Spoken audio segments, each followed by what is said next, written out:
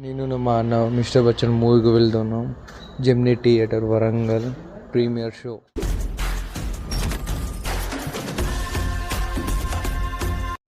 మళ్ళీ మేము థియేటర్ కాడికి వచ్చేసాం.